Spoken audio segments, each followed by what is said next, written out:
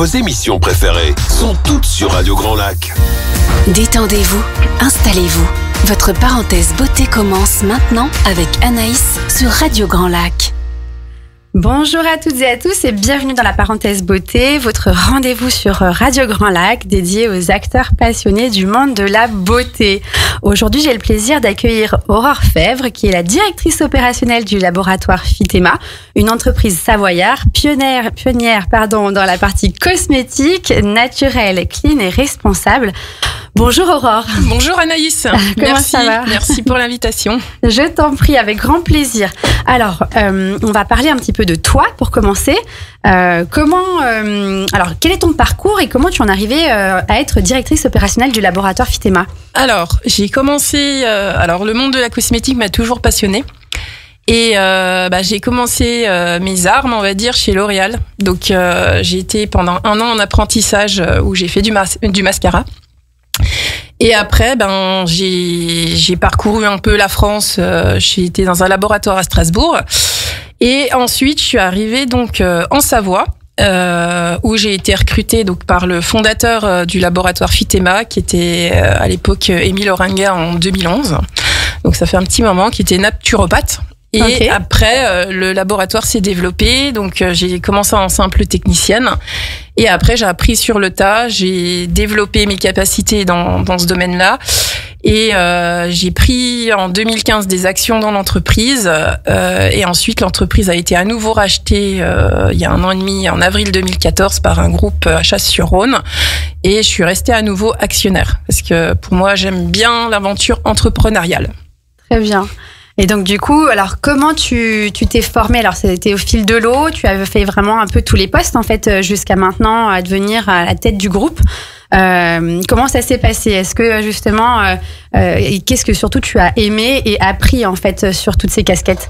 Alors moi j'aime bien un peu tout faire. Alors quand j'étais chez L'Oréal, c'est ça qui me manquait un petit peu. Chez L'Oréal, souvent on nous formait pour être très très perfectionniste en fait dans un domaine en tant que. On est dans une case, il faut être bon dans cette case unique. Voilà, exactement. Et moi les cases, j'ai un peu du mal. C'est pas trop ma spécialité, on va dire.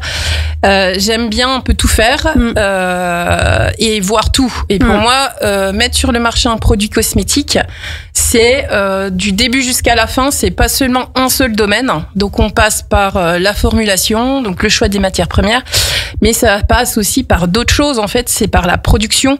La production, c'est une partie super importante en fait quand on a un laboratoire.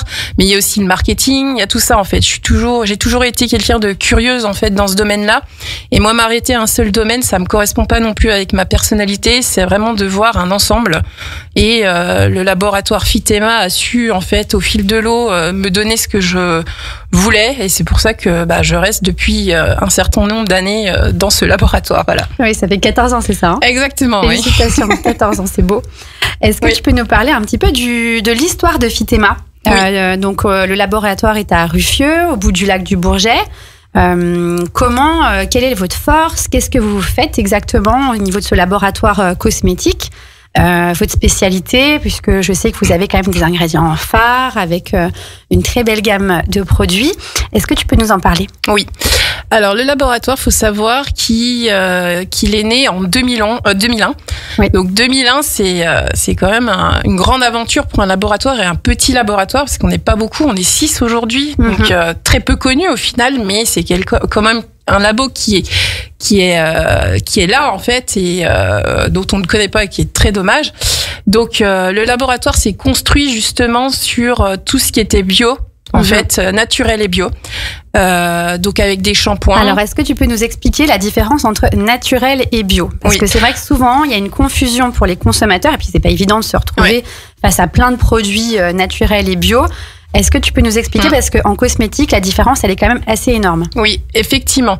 Nous, on a un label, en fait. On est adhérent à l'association Cosmébio et on est audité. Donc, il y a un cahier des charges bien spécifique qu'on doit respecter avec des ingrédients bien choisis, des matières premières avec un processus d'extraction autorisé aussi. On n'a pas le droit d'utiliser n'importe quoi. On n'a pas des matières premières avec des OGM, par exemple. Oui. Donc, c'est vraiment très spécifique. Contrairement à la naturalité, au final, la naturalité accepte aussi des ingrédients avec des OGM à l'intérieur. Mais ça, le conso ne le sait pas forcément. Pareil pour les parfums. Les parfums, c'est la même chose aussi. Les parfums, c'est un cahier des charges bien spécifique avec des molécules odorantes. Mais de l'autre côté, quand on est dans le conventionnel, on va avoir plutôt des molécules de synthèse. La synthèse est interdite, en gros, à part certains types de molécules bien triées sur le volet, dans la cosmétique naturelle et bio. Voilà, on est certifié, contrôlé par Cosmecert. Donc, il y a un organisme externe qui dit oui, vous pouvez apposer tel label et tel label. Jusqu'aux étiquettes. Exactement. Tout ce qui va être allégation aussi. Il y a un très gros contrôle en termes de tout ce qu'on fait avec l'étiquette bio. Exactement. Tout est vérifié de A à Z. Ok. Donc, vous avez cette particularité au niveau du laboratoire, donc d'être naturel et bio. Et du coup, en termes de gamme, est-ce que tu peux nous en parler ? Quelle est la gamme actuelle ?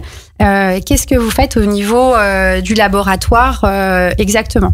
Alors, pour notre marque Fitema, on est spécialisé dans le capillaire. Donc le capillaire, c'est vraiment le départ de l'entreprise. On a notamment toute la gamme qui s'appelle Positivaire. C'est une gamme en fait qui va permettre de traiter en fait le cheveu blanc. Donc on va retrouver une couleur d'origine en fait, c'est pas des colorations, mais naturellement on va se reteinter légèrement le cheveu. D'accord. Et on a aussi toute une gamme de shampoings et d'après-shampoings. D'accord. Voilà. Et c'est présent, en fait, ces produits sont présents. Alors nous, notre volonté, c'est d'augmenter le nombre de réseaux de distribution, bien entendu. Oui. Mais la plupart sont présents en pharmacie et parapharmacie. Donc l'idée, c'est d'augmenter en fait cette vision à travers notamment aussi Rhône-Alpes déjà. Oui. Et puis voilà. Donc aujourd'hui, votre gamme est essentiellement présente en pharmacie. Ça représente combien de votre réseau de distribution ? Du coup, vous avez combien de pharmacies enregistrées à date ? Alors, on avait, parce qu'on a été distribué, et là on a repris nous-mêmes la distribution, on avait 400 points de vente à travers la France. Alors c'est pas énorme déjà. C'est beaucoup et pas beaucoup à la fois. Je pense que c'est peu pour si on veut se créer aussi une image. Ouais. Et là, on reprend justement par le groupe aussi, par le rachat en 2024, on reprend en fait notre commercialisation nous-mêmes, parce que forcément, on peut connaître des déboires quand on fait par l'intermédiaire d'un autre en fait. Ouais. Et donc là, l'idée, c'est de reprendre tout ce réseau, de refaire connaître la marque, remontrer aussi nos forces, parce qu'on est quand même pionnier en soi dans le domaine du bio, en fait, il faut pas l'oublier, avec des ingrédients triés, en fait, tout ça. Donc, c'est important aussi de le faire valoriser. Hein. Bien sûr. Et tout à l'heure, on parlait également du packaging, parce que bon, là, j'ai des flacons sous les yeux. Vous avez quand même, des packaging assez innovants, avec une sorte alors, c'était sur l'ancienne gamme, là aussi, que j'ai sous les yeux. Je sais qu'il y a tout un travail qui a été fait avec un packaging avec une éco-responsabilité assez poussée. Oui, effectivement, parce que effectivement être naturel et bio, c'est aussi regarder l'ensemble du produit, c'est pas que la formule. Oui.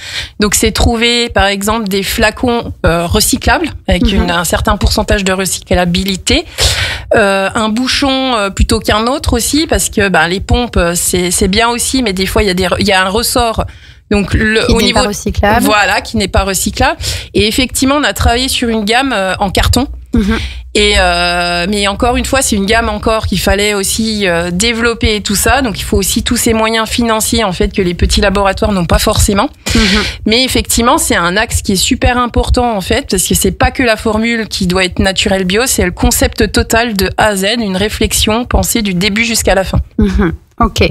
Et du coup, donc là, sur cette gamme, donc on va retrouver la partie shampoing après shampoing et avec des spécificités. Oui, alors c'est ça aussi chez Fitema, ce qu'on souhaite développer, c'est que on est entre guillemets une solution capillaire en fonction du type de cheveux. Donc nous, on va pas faire du shampoing pour forcément l'embellissement, mais on va faire du shampoing anti-chute, du shampoing anti-pelliculaire, du shampoing séborégulateur. En fait, on veut répondre à une problématique. On veut montrer en fait que la plante, ce qui est vraiment en fait peu connu et reconnu, j'ai envie de dire, à travers le label bio, en fait, c'est que les actifs à l'intérieur, il y a de l'activité.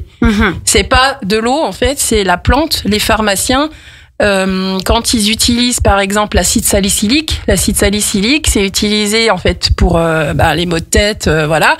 L'acide salicylique, c'est aussi des choses qu'on va utiliser de manière naturelle à travers, par exemple, des shampoings, d'autres choses, en fait. Donc, en fait, il y a plein de molécules naturelles qui vont apporter des bienfaits. Il faut pas l'oublier. Oui, c'est sûr.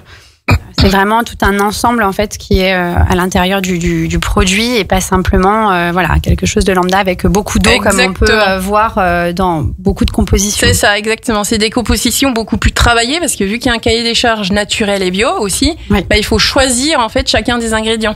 Donc c'est beaucoup plus compliqué en fait au niveau de l'odeur, la tenue de la couleur aussi.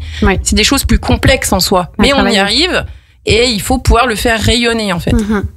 Et donc là, on a une gamme cheveux. Est-ce que l'idée, ce serait aussi de développer, je sais pas, une gamme soin visage, corps, gel douche, c'est des ambitions par la suite ou pour l'instant, c'est vraiment de bien structurer la partie capillaire pour arriver sur un autre segment sur la beauté? Alors aujourd'hui, l'objectif, c'est de segmenter. Nous, on est fort en fait dans ce domaine-là. Faut rester dans ce domaine-là. On sait faire des shampoings, on sait faire des après-shampoings. Il faut plutôt nous connaître sous ce rayon-là et sous cet axe-là. On peut pas se disperser. On est trop petit aussi pour pouvoir se disperser. On n'a pas des forces non plus énormes en fait.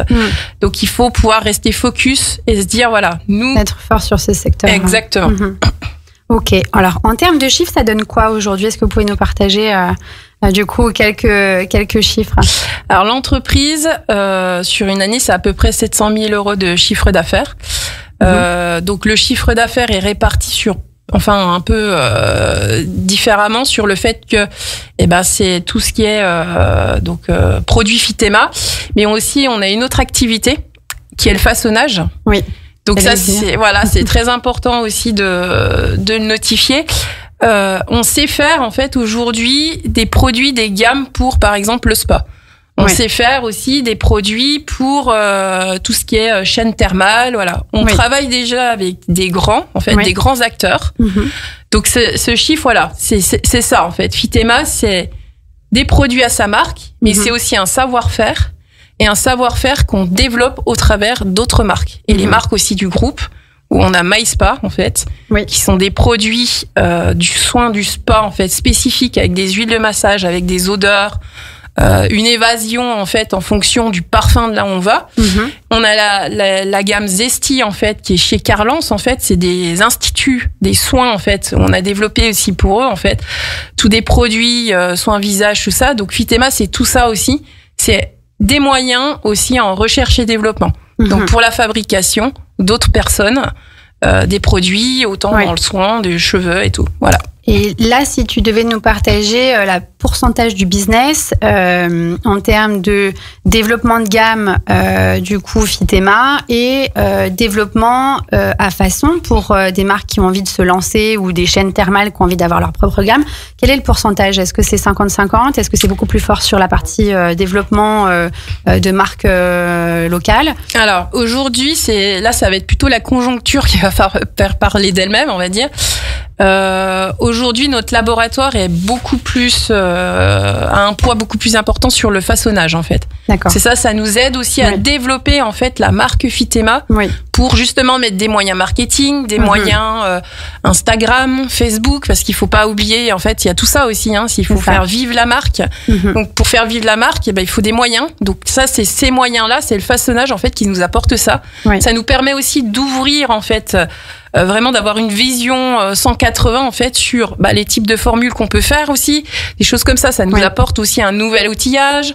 Donc vous avez plus de capacité au final en fait en ayant des apporteurs d'affaires qui viennent développer leur propre marque. Exactement. Aujourd'hui, donc là on a parlé de gros, mais j'ai reçu sur le plateau il y a pas longtemps Sandy Boger qui elle donc a développé sa marque de cosmétiques pour les spas aussi. qui est plus petite, qui s'est lancée il y a quelques années, mais qui a un très beau développement aussi. Donc ça veut dire que si jamais on a des auditeurs qui souhaitent développer leur marque en propre, donc de cosmétiques ou de capillaire, ça peut être aussi le capillaire. Hein. Oui, effectivement. Ouais. On peut vous contacter directement pour ce sujet. Oui, c'est ça, exactement. On accompagne en fait tout type de marque, effectivement. Ce soit des gros, des petits, en fonction des types de projets, voilà. Alors comment ça se passe justement ? Est-ce que on va avoir un fameux cahier des charges, j'imagine, avec avec un descriptif très spécifique de ce que l'on veut. Est-ce que tu peux nous en parler ? Oui. Alors, en général, la plupart des personnes qui viennent nous voir, elles ont donc un cahier des charges, effectivement. Ils disent, je veux faire une crème cosmétique avec une huile spécifique. Il faut que la texture soit fraîche, plutôt gras, ou l'odeur. Il faut plutôt que ça amène vers l'odeur de coco, des choses comme ça. Avec des ingrédients des Alpes. Voilà, par exemple, ça peut être ça. Il faudrait qu'elle soit ISO. Il faut que elle rentre dans le cahier des charges aussi Cosmébio, par exemple. Voilà. Donc on arrive avec ce cahier des charges. Et une fois qu'on a ce cahier des charges, on fait des propositions en recherche et développement. Une proposition, voilà. Donc ça dure à peu près 4 mois, les allers-retours en fait sur ces propositions-là. Ensuite, il y a tous les tests réglementaires aussi qu'il faut mettre en musique au final. Oui. Parce que c'est une partie qui est aussi non anodine et assez lourde aussi. Oui. Donc il y a de la stabilité pour vérifier que le produit il est bien conforme en fait en tout point en fait au niveau de la chaleur, de l'odeur, de la couleur et tout ça pendant 3 mois. Donc on met des produits. On voit évoluer les formules. Exactement. Ensuite, on fait de la compatibilité aussi contenu-contenant. Donc parce qu'on fait au départ dans des flacons verts et ensuite on regarde dans le pack en fait s'il y a une évolution possible de la formule pour que ce soit le plus sécuritaire en fait pour le consommateur. Et après, une fois qu'on a tout ça, on envoie un test toxicologique. En fait, on fait un challenge test aussi pour vérifier l'activité microbienne en fait, si le conservateur va bien en fait avoir son effet sur la formule. Des irritations oculaires, un patch test pour voir l'innocuité au niveau de la peau. Et tout ça, après on le donne à un toxicologue, il vérifie la formule au global et il peut dire oui, après ce produit, on la valide pour telle population aussi, parce qu'en fonction d'un type de population aussi, c'est un peu différent. C'est vrai que si on cible les enfants ou les femmes enceintes, on va avoir d'autres, on va dire, allégations à valider auprès du toxicologue. Voilà, c'est ça. Ok. Et du coup, donc vous avez cette partie-là, et ensuite vous avez aussi jusqu'au bout, parce que c'est vrai qu'il y a certaines personnes, des laboratoires, alors pas des laboratoires, mais des formulatrices ou formulateurs indépendants qui vont développer tout ce cahier des charges-là. Et vous, votre grande force, c'est que derrière, vous êtes quand même à 360 et vous allez faire la fabrication. Exactement. En plus de tout ce travail-là. Et c'est vrai que là, vous avez vraiment toutes les cases qui sont cochées sur le développement produit. Exactement. On fait le produit de A à Z en fait. On a même les forces avec le groupe. Du point de vue groupe aussi, c'est tout ce qui est marketing aussi. Donc ils font déjà leur marketing pour eux aussi, mais aussi pour nous. On peut aussi pourquoi pas le proposer aux clients par la suite. Mais c'est vraiment du 360, parce que pour aussi être bon formulateur pour moi, c'est pouvoir voir ce qui se passe de l'autre côté. Parce que si on fait une formule en fait sur sa paillasse, on regarde le Orenry, ça passe bien, tout ça. Si on peut pas la produire, ça sert à rien.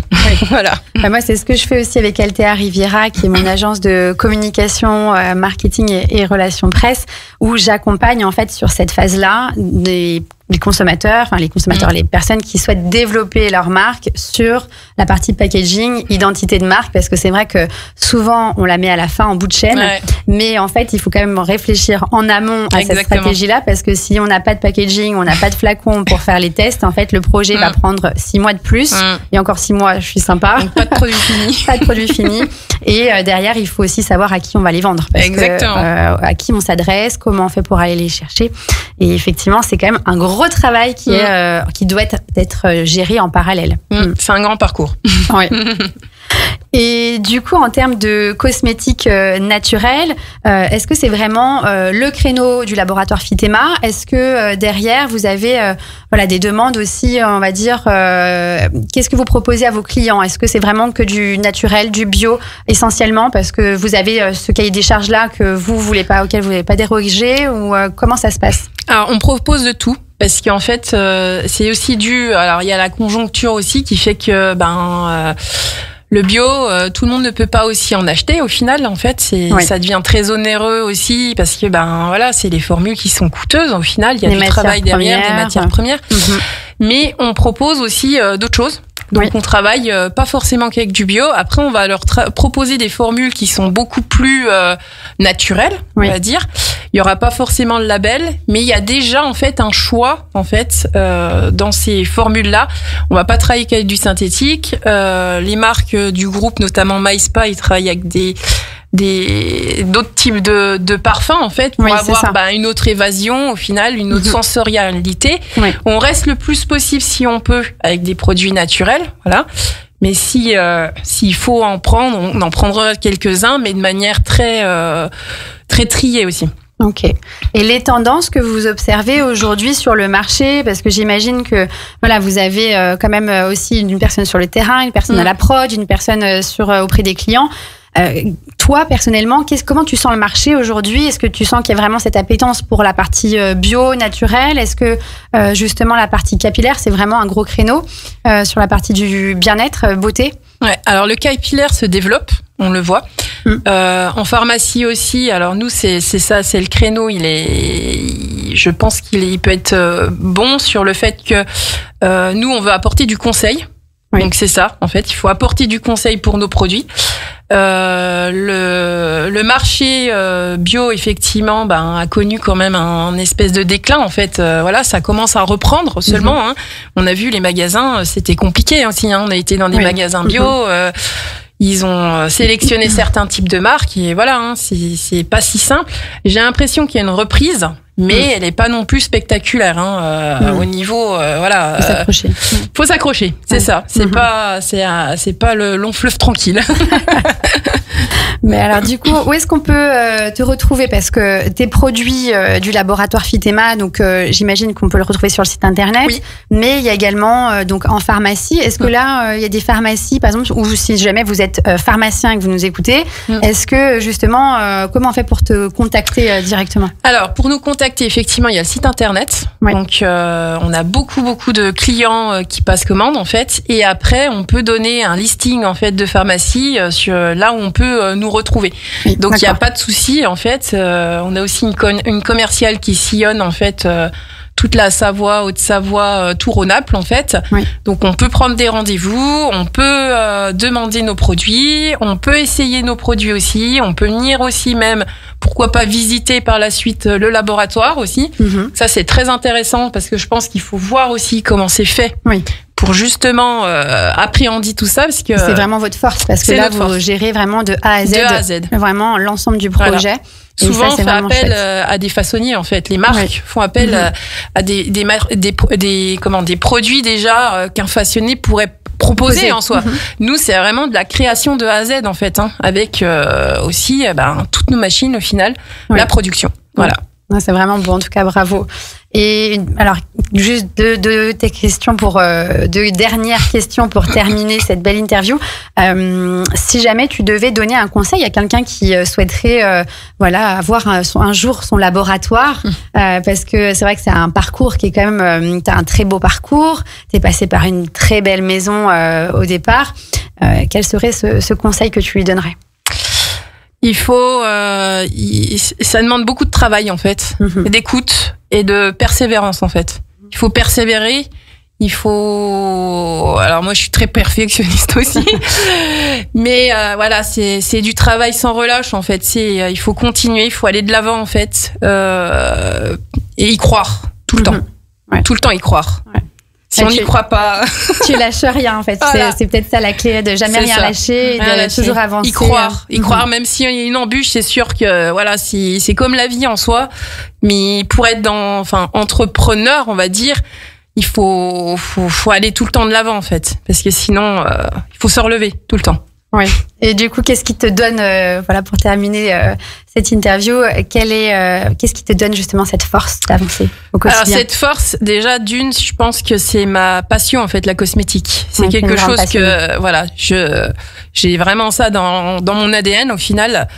Et c'est vraiment mon métier. Enfin, je l'ai pas fait pour voilà, il y a des personnes, je trouve ça très malheureux, qui se lèvent peut-être le matin, qui se disent voilà, j'ai encore une journée, comment je vais mettre un pied devant l'autre ou quoi.